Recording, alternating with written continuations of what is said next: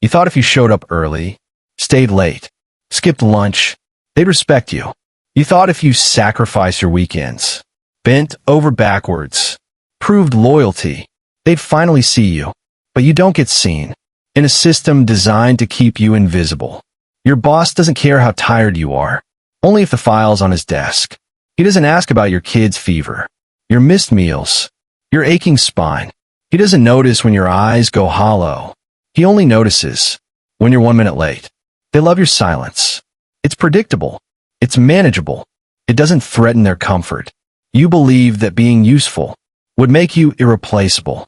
But usefulness is not loyalty. It's leverage. The second you're no longer efficient, you become a cost. And cost gets cut. They don't reward your loyalty. They exploit it. They reward those who play the game, not those who bleed for it. You decorate your cage with praise and promotions, but it's still a cage. Every compliment is another bar.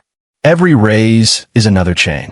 And still, you wait for someone to notice, to free you, to tell you, you've done enough.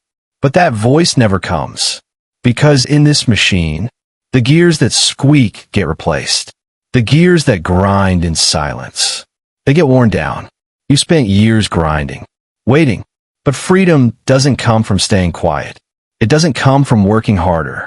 It comes from waking up. It comes from the moment you stop begging to be seen and start choosing to matter. Your boss is not your savior. He's just running a business.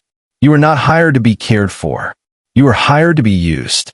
And the more you give without asking, the more they take without guilt.